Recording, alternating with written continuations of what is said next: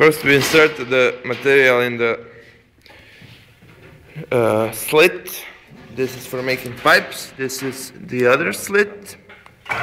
Now we rotate in direction down. We use manual mode.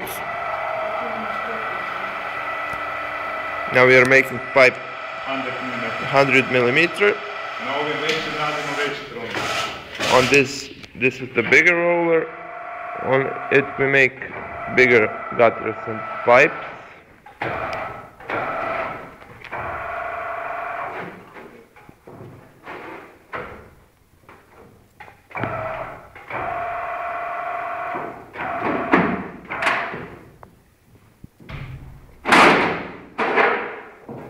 Now we go to the pipe folding machine to close the pipe.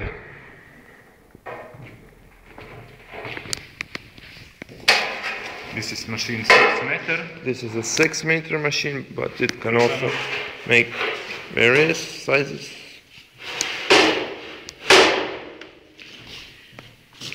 We have to adjust the channel so it goes straight, and we have to oil the pipe. Contra.